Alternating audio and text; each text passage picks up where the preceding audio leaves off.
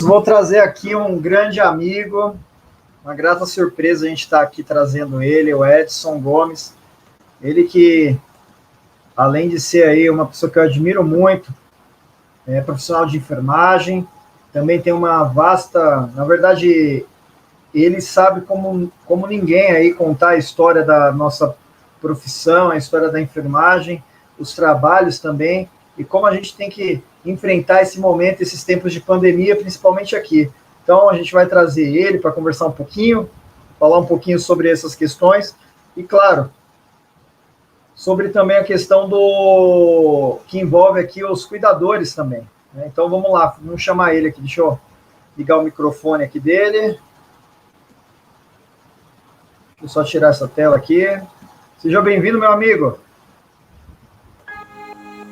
Boa tarde, meu amigo Jefferson Caproni, e aí estar aqui no Caproni Desenvolvimento, para mim é uma honra muito grande poder participar aqui, dialogar com vocês, com seu grupo de pupila aí, processo de formação. Eu acho que não tem nada mais gratificante para nós, os seres humanos, do que o processo educativo, né? É com ele que a gente vence todas as batalhas e todas as barreiras.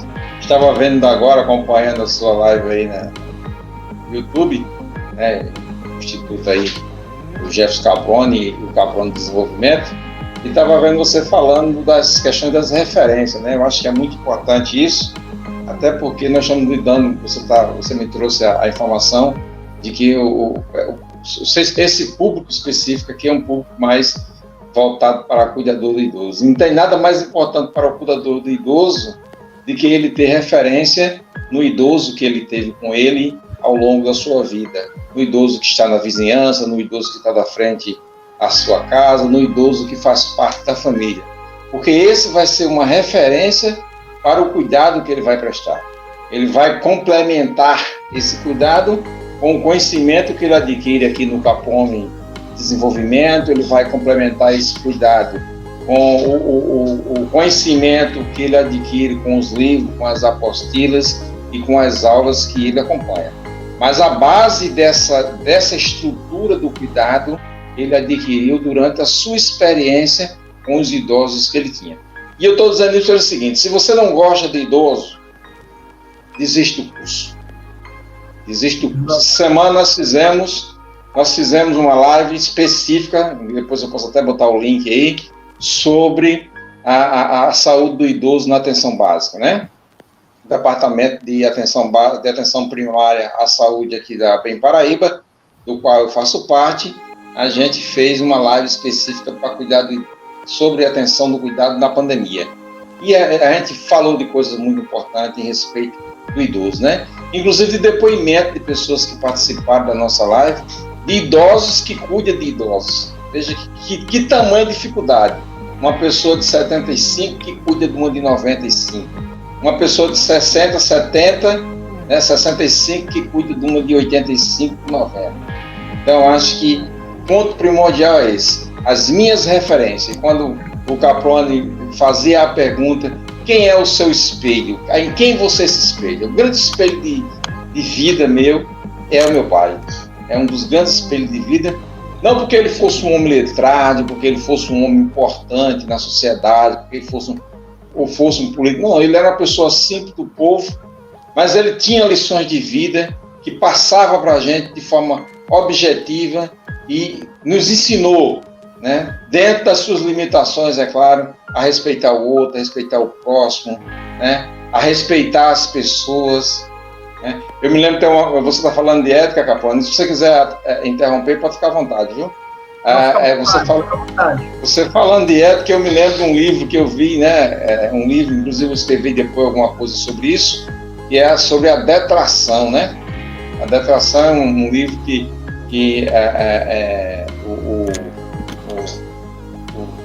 um professor escreve sobre a questão de como você observa a vida dos outros, e aí, até aí tá tudo bem, mas o problema é quando você dissemina aquilo que você observou com as suas palavras, e muitas vezes, né, você aumenta, dá a qualidade e tira a qualidade, porque é o seu julgamento a respeito da vida do outro. E quem vai cuidar do idoso,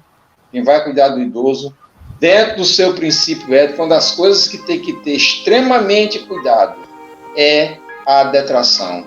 O que a gente vê, e é um ensinamento que o meu pai sempre me passou, e é por isso que faz parte desse contexto, desse espelho, onde a gente vê as coisas, né? É óbvio que a gente tem que fazer, a partir do nosso princípio ético também, a gente tem que fazer filtro, mas a gente vê, a gente deixa.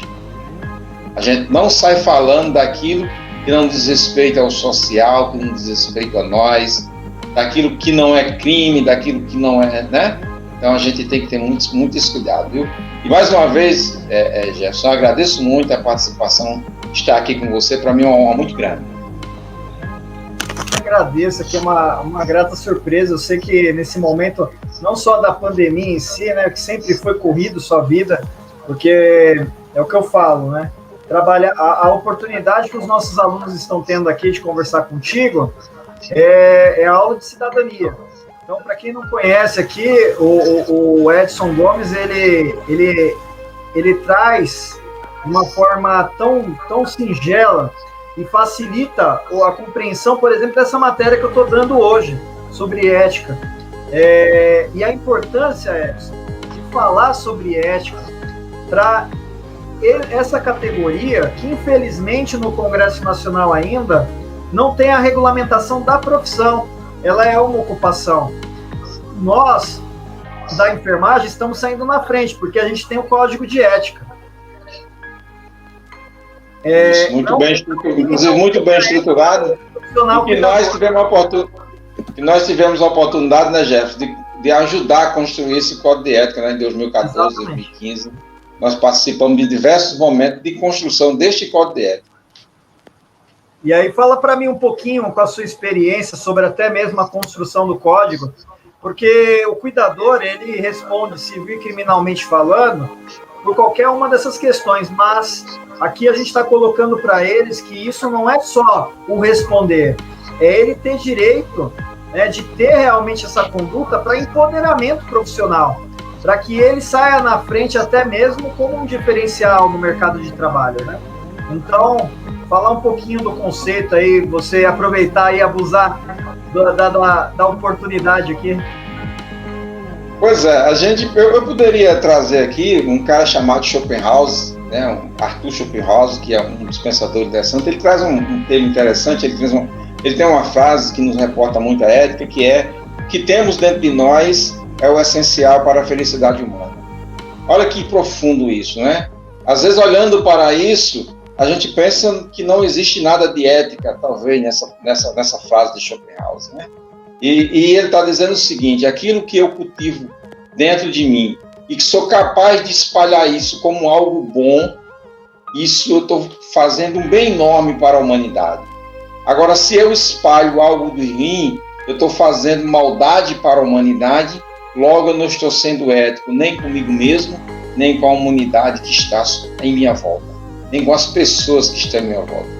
Então, a ética, a gente começa a construir essa ética do ponto de vista interior para o mundo exterior, desse mundo interior para o mundo exterior, né? E aí me lembrou um político, né, aí da sua terra, São Paulo, de Sampa, que é o Mário Covas, né? Inclusive, acho que é o neto dele, né, que é prefeito de São Paulo hoje. Então, o Mário Covas dizia assim: no Brasil, quem tem ética parece anormal. É óbvio que eu não vou discutir aqui as questões do Mário Covas enquanto político, enquanto criador de partido, racha, não, eu estou discutindo aqui a questão do ponto de vista da frase que no Brasil quem tem ética parece normal. E a gente lembra que num período muito recente, a gente viu várias propagandas, né, inclusive feitas pelo governo, de pessoas que até não acharam uma quantia em dinheiro e foram devolver essa quantia em dinheiro. E isso passou a ser essa coisa que parecia ser normal quando a gente encontra algo que não é nosso e que a gente devolve ao seu legítimo dono. Isso que parece ser normal se fez no Brasil algo de anormal, porque é assim que o Brasil compreende. Se você está no meio de uma reunião, muitas das vezes sua carteira cai, e as pessoas pegam essa carteira, e uma pessoa pega essa carteira e lhe devolve, muitas vezes ela é criticada por outras pessoas, porque aquilo é um fato que tornou-se um fato anormal. Veja como a ética tem uma sutileza, né? E aí a gente lembra de Leonardo Boff, quando ele fala da ética do cuidado, né? O cuidado que a gente tem com a vida, o cuidado que a gente tem com o amigo, o cuidado que a gente tem com a natureza. Ele chega, inclusive, a falar um cuidado, né? Quando eu falo em natureza, eu me lembro ele falando do cuidado que a gente tem com a nossa casa ao nos referir a esse bioma em que nós vivemos, né? A gente está assistindo a Amazônia queimar, a gente está assistindo o Pantanal queimar, e a gente se pergunta, onde está a nossa ética? Nós não somos muitas vezes capazes de nos indignar com o que está acontecendo.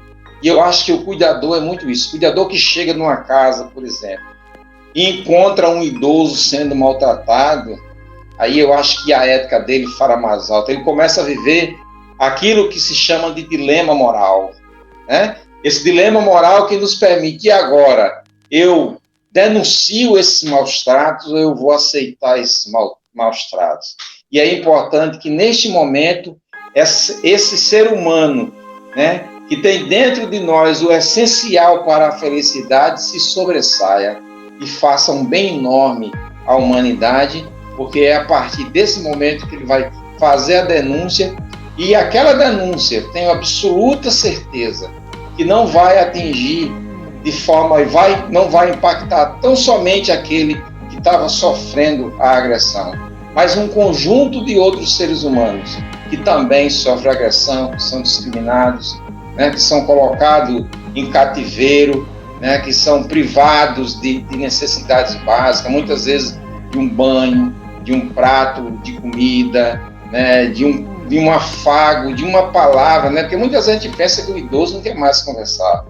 E quando você tem paciência de sentar e ouvir as belas histórias que os idosos têm, né, é um momento de fato de felicidade para a gente concordar com Schopenhauer. E a gente podia também concordar com Immanuel Kant, quando ele diz a moral propriamente dita não é a doutrina que nos ensina como sermos felizes, mas como devemos nos tornar dignos de felicidade. E aí eu trouxe aqui agora há pouco essa questão da dignidade, né? É a dignidade humana, é a capacidade de nos indignar com aquilo que fere a nossa moral, que fere os nossos instintos mais essenciais, que nos torna mais humanos ainda, e aí voltando para Schopenhauer, que faz essa felicidade da humanidade, essa felicidade humana. Eu não sei se o caminho é esse, Caproni. Perfeito, eu ficarei aqui horas ouvindo você falar, eu abuso mesmo, né? E... Eu que agradeço, Caproni, para mim é sempre uma honra estar conversando com você. Vocês são pessoas que eu tenho no meu rol de amizade e que eu quero manter até a minha partida deste plano para outro. Eu também. E eu fico muito feliz, e você traz aqui, com as suas palavras, esperança até para essa nossa categoria. Como a gente fala, né? Todo mundo vai passar na mão, por exemplo, da enfermagem, né? A gente sempre fala sobre isso. E o cuidado também, o cuidador também, porque se a gente observar, a terceira idade é uma realidade para todos. Mas a gente está falando muito isso, e eles mesmos mencionam isso, Edson. Eu acredito que faz sentido tudo isso que você está falando, até mesmo para reforçar a importância, por exemplo, de fortalecer um projeto sobre esse, do Código de Conduta Ética do cuidador. Porque o que eles usam hoje? Eles usam a cartilha do idoso. É através da cartilha do idoso que ele faz com que o trabalho dele seja desenvolvido. Mas por ser um curso livre, a gente tem aí os entraves ainda. Então o que a gente precisa é reforçar essa questão da ética, mas claro, eu acredito que regulamentando de verdade. Isso não é um sentimento político, partidário. É um sentimento de quem tem mãe, é um sentimento de quem quer valorizar um futuro de um idoso e de uma idosa, né? E quanto tempo eles estão aí nesse cenário, não é verdade? É muito interessante, viu, Jefferson Caproni, que a Caproni de Desenvolvimento tenha esse feeling, né, de se preocupar não só com a formação extremamente técnica do cuidador, mas pensar nessa construção, né, nesse realinhamento moral e ético desse cuidador, porque eu acho que talvez a parte mais importante de tudo isso seja, de fato, esse realinhamento que a Capron de Desenvolvimento está trazendo dentro do seu curso. Talvez seja um grande diferencial que os demais cursos não tenha esse diferencial. E aí eu pensar o seguinte: o Sêneca, né, que é um pensador, um filósofo grego, ele dizia o seguinte: quem não tem moral não tem direito, né? E aí é preciso que esse cuidador, né, que se fortalece nesse curso, que tem essa capacidade, que está se capacitando na Capron de Desenvolvimento, construa dentro de si esses alicerces moral, e que essa moral ela saia do seu interior para se constituir em um elemento palpável, que é justamente um código de ética, um código de conduta. Né? Um código de conduta que vai levar em conta a nossa Constituição Federal, sobretudo o artigo 5º da nossa Constituição. E aí, quando a gente pensa nesse código de conduta, a gente está pensando no artigo 5º, no 6º, no 7º, são os direitos sociais, que o cuidador não pode ser pago pela metade, o cuidador tem que ser respeitado, tem que ter um salário digno para manter a sua família, né, para ter uma paz de espírito interior, para que ele possa cuidar bem daquele que está sendo cuidado. Né? Ele tem que ter garantias trabalhistas, né? Pensar que esse cuidador precisa de garantia trabalhista, pensar que esse cuidador precisa de uma previdência social para que no futuro ele busque essa previdência social quando ele precisar, no momento de doença, no momento de acidente, no momento em que ele vai precisar dos cuidados, em que ele vai precisar do cuidado do cuidador quando ele envelhecer, ele tem uma aposentadoria. Então, a gente precisa pensar esse cuidador e esse código de conduta a partir disso. A gente precisa que ele entenda a questão técnica, certo, do estatuto do estatuto do idoso, mas a gente precisa que ele entenda, dentro desse contexto, o Estatuto da Igualdade Racial e o Estatuto da Criança. Na maioria das casas que você tem um idoso, você tem criança, e ele precisa lidar com essa criança em relação a esse idoso, porque em determinado momento a gente já tem história de que pode ter conflito entre ele e a criança na defesa do idoso, porque ele vai ser um defensor desse idoso, e ele precisa fazer essa criança também compreender o seu espaço de vivência com o idoso e com os adultos que sobrevivem nessa casa. Então, acho que a Capron de Desenvolvimento sai à frente quando pensa nisso. Quero lhe parabenizar pela estrutura, pelo curso, pela forma como você está tratando o tema, né, pela qualidade que tem. A gente está vendo aqui qualidade de imagem, qualidade de áudio, enfim. Parabéns, né, tá de parabéns pelo trabalho desenvolvido, pelo curso que você está ministrando, né, e outros cursos que eu tenho acompanhado. De vez em quando você sabe que o meu tempo também é corrido, não consigo acompanhar todos, mas tenho acompanhado, inclusive já fizemos live junto. E uma outra coisa que eu queria, para finalizar esse espaço de fala, é dizer: cuidador não é profissional de enfermagem, né? Então, o cuidador entender, e a Capron de Desenvolvimento tem colocado isso, o cuidador tem que entender, né, que o seu espaço não é o espaço da enfermagem. Portanto, ele não vai fazer administração de medicamentos. Olha a mensagem que a Solange colocou aqui, Edson. Algumas instituições... Tem agência e cooperativa aqui no Rio que lhe descartam no cadastro como cuidador. Quando você diz que não tem conhecimento, que é a função do técnico. Podemos responder criminalmente por qualquer erro. E aí, se for uma pergunta, se for fazer atividade do profissional de enfermagem, né, aliás, do profissional de enfermagem não, da enfermagem, algumas cooperativas exigem que faça atribuição de enfermagem. É isso que ela quis dizer.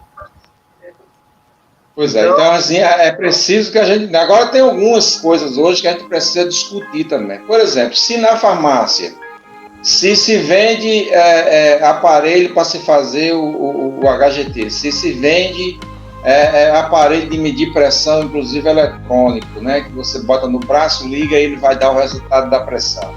É claro que essa pressão aferida por um aparelho, e é claro que esse HGT feito por qualquer um, né, talvez não tenha a mesma segurança que realizada por um profissional de enfermagem e por um profissional capacitado e habilitado para isso, porque o importante não é só a capacitação.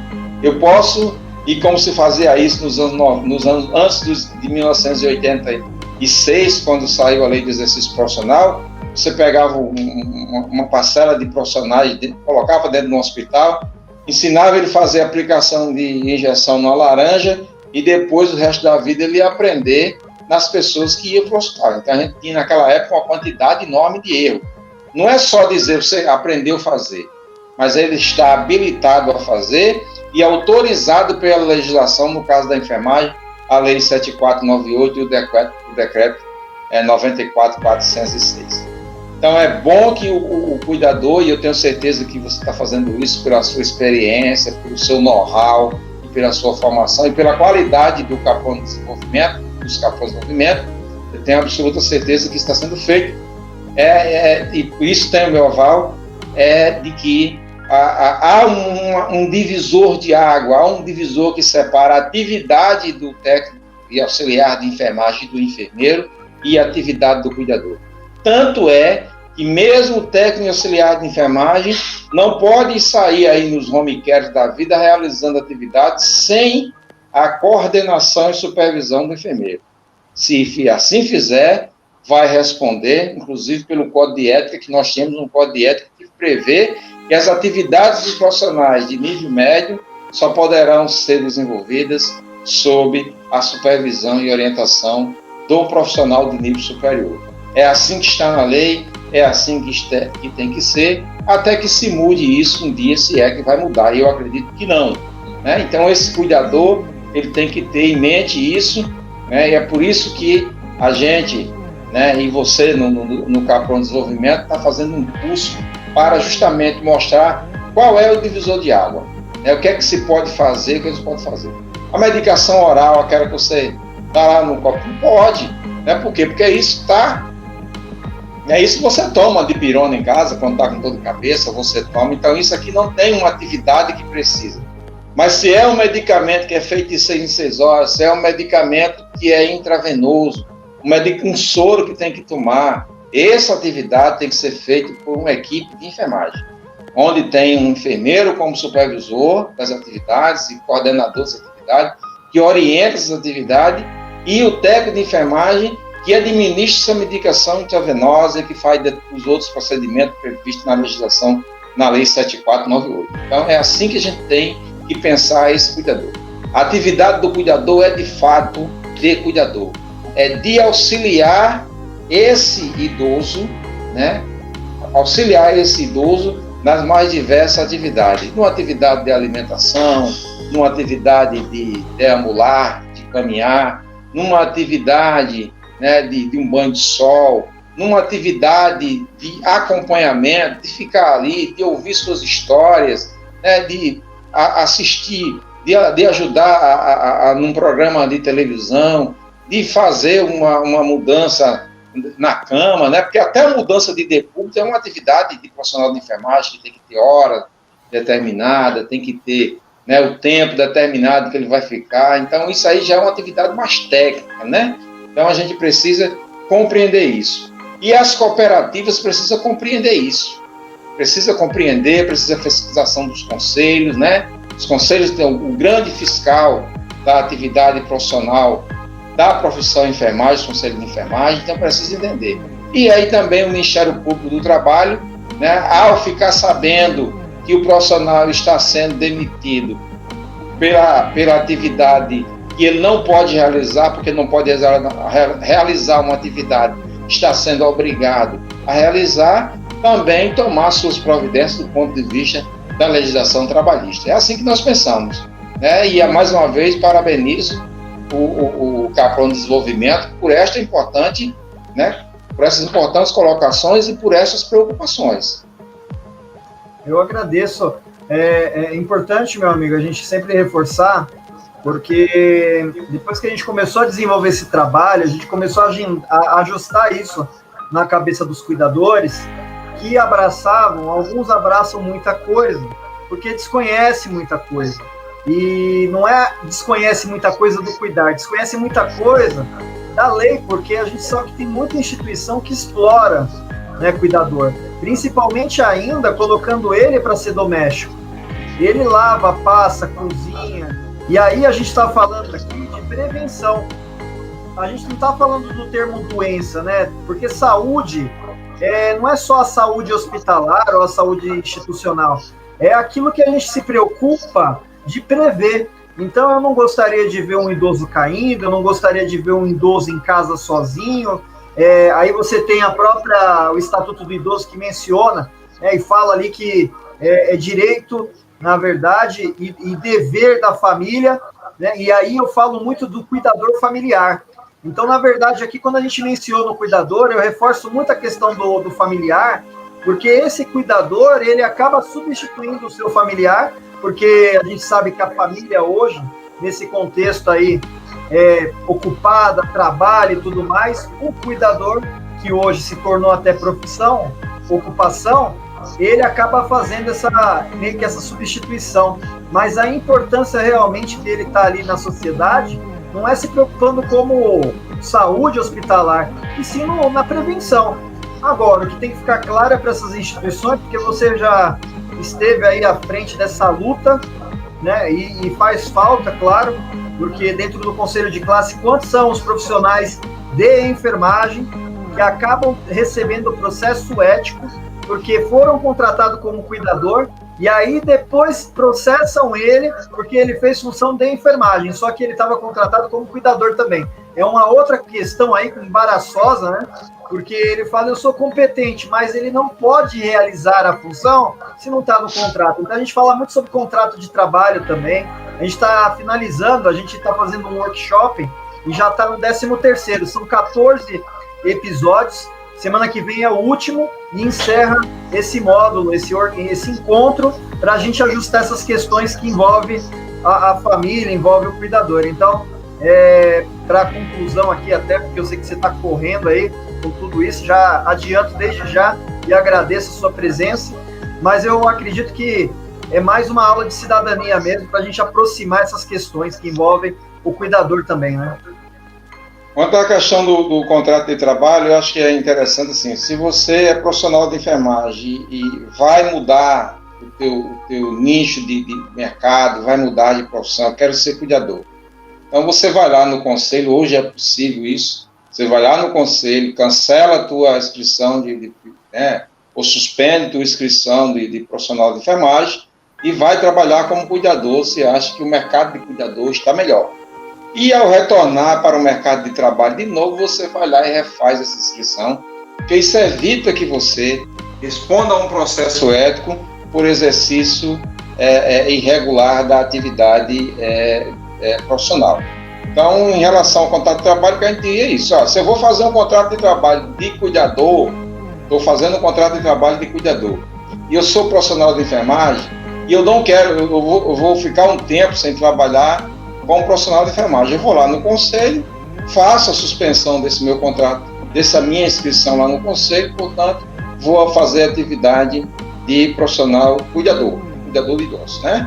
Então, eu acho que isso é importante. Então, e aí, o que a gente precisa entender dos contratos de trabalho é também os termos que esses contratos de trabalho vão exigir, né?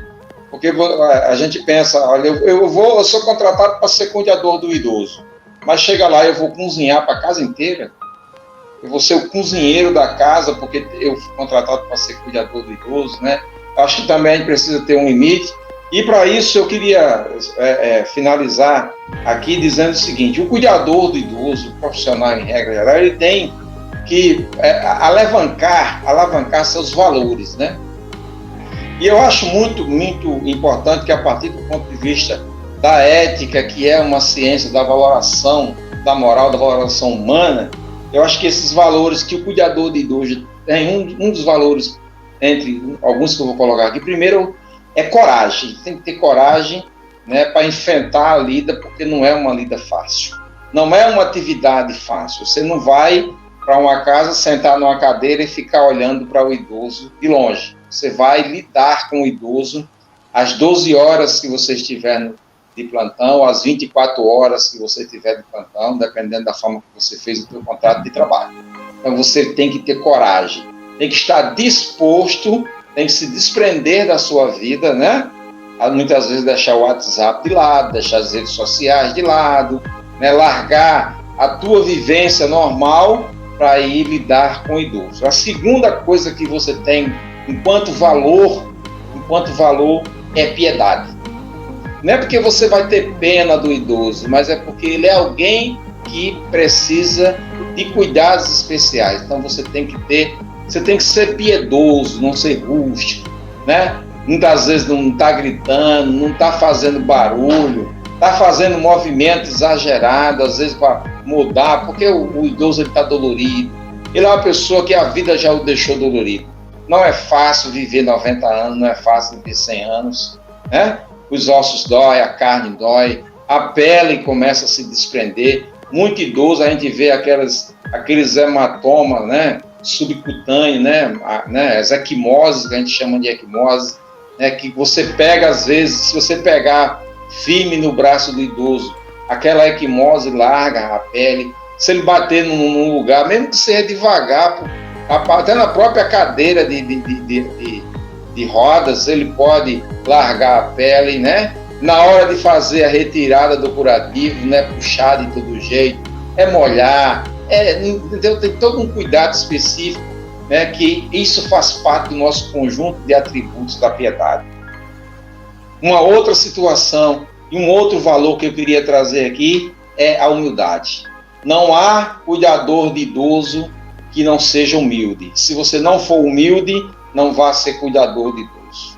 Se você achar que está acima de todos, se você achar que está acima daquele idoso, que você é mais do que ele, não vá, porque o atributo da humildade, nesse momento, tem que falar alto. Você tem que pensar com ele, você tem que pensar igual a ele, você tem que provar a comida dele, você saber que sabor tem, o que é que você está dando para ele. Então, esses são os atributos da humildade. Um outro valor que eu queria trazer é o respeito, né? O respeito que você vai ter não só pelo idoso, mas o respeito pela pessoa humana que ele é. Então, esse respeito é fundamental. É o respeito pelo membro da família, é o respeito por você enquanto profissional e que vai zelar pela sua formação, que vai zelar pelos conhecimentos adquiridos na Capone Desenvolvimento, né, que vai honrar esse diploma que você vai receber. Esse é o respeito que você tem que ter. Uma outra situação, um outro valor que você tem que ter presente na tua vida é a solidariedade, né?